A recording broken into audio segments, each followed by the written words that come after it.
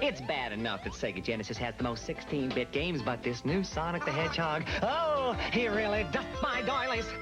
They say he's incredibly fast. Well, what's the hurry, mister?